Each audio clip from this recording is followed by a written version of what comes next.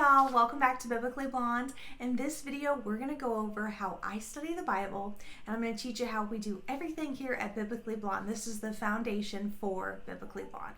So if you want to see how I study the Bible, then keep watching.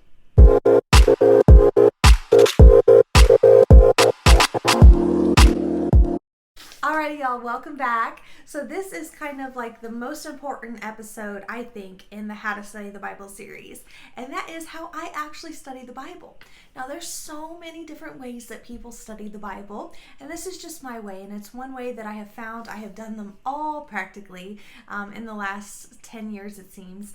So I know which ones work for me, and this one has worked for me, and I've kept it for about 3 years now, and I really love it. It has just like opened up God's word to me like nothing else, and so I want to share that with you and teach you the steps. But first, before we get into that, just a reminder that if you go to biblicallyblonde.com, I'm going to have a printout there under How to Study the Bible series on Bible resources. There's a little tab, and you can get a free printout that is going to tell you all the steps that we're going to go over today. Also, if you go to Instagram, go to Biblically Blonde. I just started an Instagram page, which is funny because Biblically Blonde on YouTube has been around here for 3 years. I can't believe it, but I just started Instagram, and I have that up there. The same resources will be on the Instagram page. I try to keep that updated so we can get all of these resources for y'all there as well. Okay, so let's just get started. I don't want this video to be too long and drawn out. The first thing I do when I study the Bible is I study the Bible book by book. So I don't do large topical studies. On occasion, I may do a topical study, but it's very rare. What I typically do is book by book, and you see that on my Bible guides. We've done Genesis, we've done James, we've done the book of Judges. We're getting ready to start Exodus. So we do books by book. And what I do is I get a binder for each book. So this right here, I don't have a cute cover. I need to though. I need to print out a cute cover. Is my Exodus, or is my Genesis. Right now I'm actually doing Exodus. This is my Genesis one though. And so if you go on my Bible guides under the playlist, there's Genesis part 1. And so this is Genesis part 1. And I get a binder. That's the first step. Get yourself a binder. And then I go and I print out the entire book in one translation. So if you look here, I have Genesis printed out, Genesis chapter 1 printed out in NIV. My standard translation is NIV or ESV. I go back and forth between the two, but I typically will choose NIV. And I just have printed it out. Now you don't need to print it out in multiple translations. You can if you want, but that's we're already using a lot of paper here, and it's not free, at least for me. You know, ink's expensive, so I just print it out in one translation. It's essential for me to do that in the way that I study because I write in, and I think it's so good to have this binder system. It really, really helps you get into this own chapter instead of carrying around this bulky Bible with you all the time, or this one book, I should say.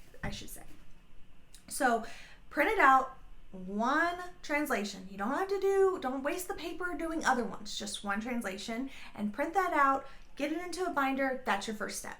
So after you actually have compiled everything that you need, which is just your binder, if you want to add on things that are helpful, is I do put in some like loose leaf paper, like you can see here, just like some loose leaf paper, and I get a pen. Like that's really all that you need. You don't need highlighters, you don't need expensive colored pencils, you don't need a certain type of Bible. No, just print this out, get yourself a binder, some loose leaf paper for notes, and it may help to have a smartphone down the line. Oh, my daughter's waking up. So as I was saying, it may help to have a smartphone down the line, but we'll get to there. So the first real step that you're going to take after you've compiled all of your materials is you're going to just read the chapter. So you're going to go chapter by chapter. And so the first thing you'll do is read Genesis 1. Genesis is going to be our mock one because this is the one I have in front of me here. But you'll read Genesis 1. Just read it all. You don't really have to do anything. Just read it. The second thing you'll do is you're going to just write down or make note of in your head or on your notes on your phone. Somehow ask yourself, what just happened? And do I have any questions? Did you read that and think, oh gosh, I have no idea what that means? Okay, write that down. Make note of that question. Anything that stands out to you, ask yourself and make note of that. The third thing that you're going to want to do is try to give a vocal summary. Now you can do this in your head or out loud, however you want, but you want to actually prove that you can comprehend what just happened. So if you can read it and then be able to vocally say what just happened, then you can move on to the next step. If you cannot do that, then you need to reread. Now, if you still have deeper questions about why this happened and you're still confused about some things, that's okay. You're going to get to having to solve that later on in the next few steps. But you at least want to be able to get a good comprehension of it. I know for the Bible, when you study it, it is so easy to just read and continue on and have no idea what you actually just read. So that's why it's so important. Try to give a vocal summary of what just happened. Think out loud, or think to yourself, or say out loud just a small summary of the chapter. So then the fourth step is where you're actually going to maybe grab your phone or another Bible that you have laying around. I just use my phone because I always have my phone with me and I don't have to lug around a Bible. But however you want to do it is fine. And I read the same chapter in 2 different verses. So I typically will do the New King James, and then I'll add in either the Amplified or the ESV, or sometimes I'll use other, like the Message. If I'm really kind of uncertain about what something says, I'll use the Message Bible. But I don't always do that because that's not really considered a translation. But you get the idea.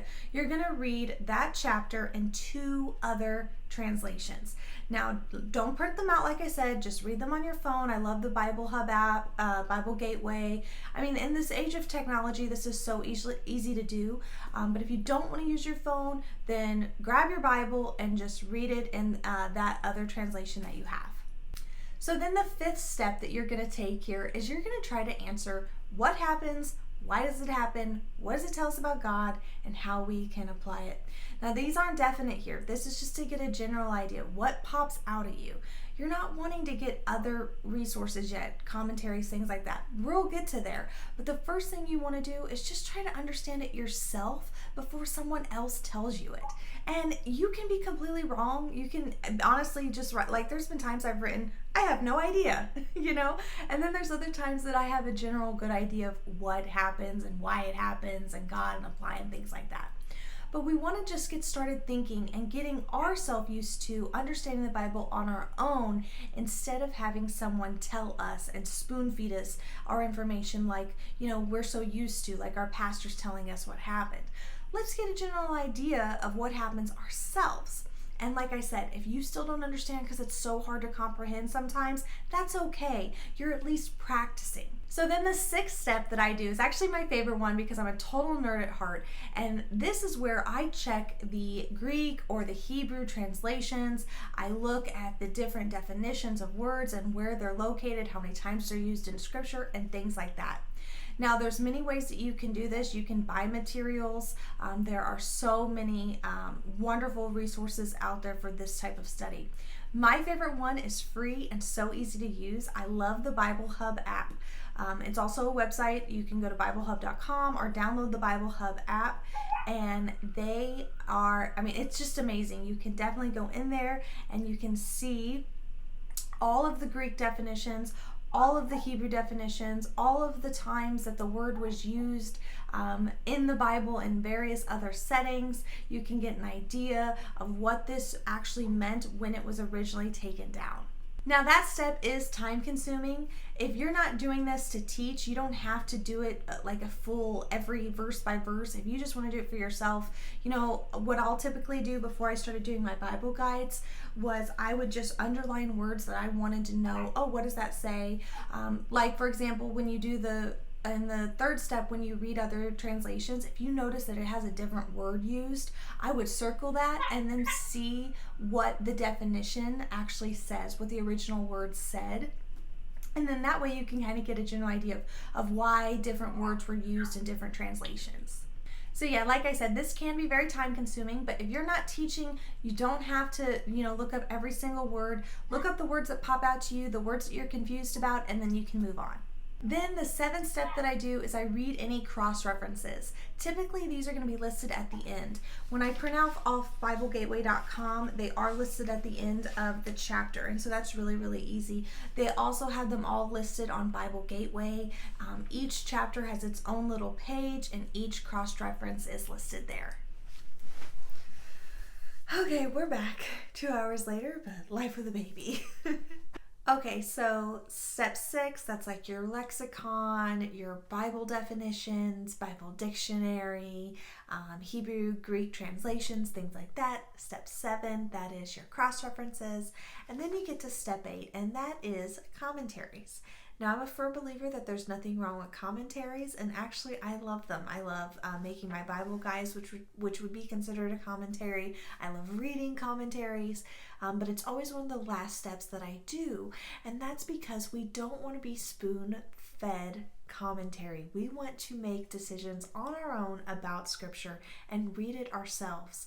Now, God has gifted so many people with teaching His Word and with studying His Word, and there are so many people out there that are really, really knowledgeable on the biblical Scripture. I mean, just beyond gifted and knowledgeable in those areas. And so we should learn from them, most certainly. But just make sure that you're doing all those steps before you get to the commentary part. And then when you're reading the commentaries, just make sure that that person aligns with kind of what you believe. Now, I'm not a big theology person. I do have my own theology, but I don't really talk theology on Biblically Blonde because I don't feel like when you're trying to get a basic biblical understanding that you want to mess with all that. Here at Biblically Blonde, we want to keep it simple. But when you are reading commentaries, you want to make sure that you are reading with someone that kind of is aligned with you. You know, an example would be reading a commentary of someone who might consider themselves a progressive Christian. Well, they're not really going to have the same commentary that you would have if you're not a progressive Christian. I am certainly not, so I'm staying away from some type of those. That you don't really see that often, but that would be a blatant example of someone who has different theology than you with these commentaries. If you have any questions about what is a reputable commentary, the Strong's commentary is just like definitely known hands down throughout the board of a great commentary. The Bible Hub app, and this isn't sponsored, I just love the app. Under their commentary section, all of the very basic go-to educational scholarly commentaries are available on there like it would be on an encyclopedia. You can also do commentaries from pastors, from different Bible teachers, and things like that as well.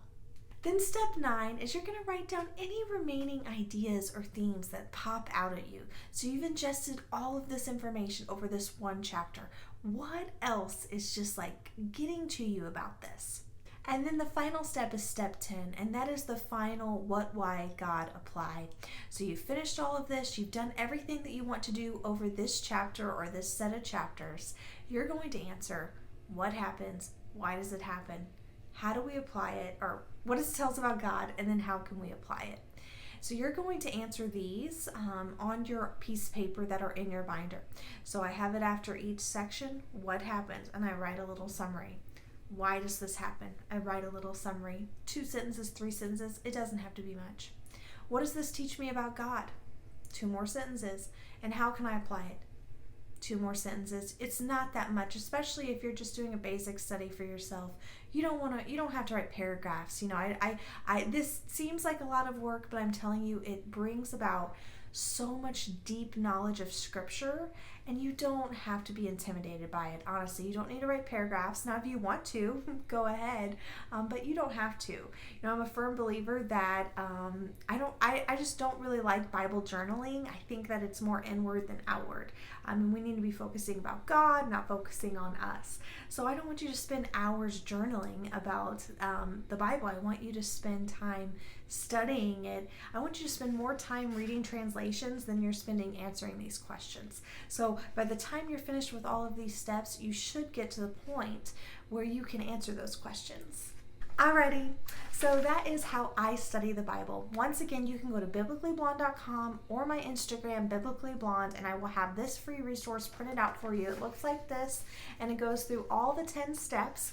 It's personally what I do. I created this. I've been taught by different Bible teachers along the way, combined everything together, and this is personally how I do it. I go through 1, 2, 3, 4, 5, 6, 7, 8, 9, 10, all the steps on each one. So when you see these studies and these Bible guides that I do, this is what I do. Now sometimes, since I am teaching the Bible, I may have a different book that I read.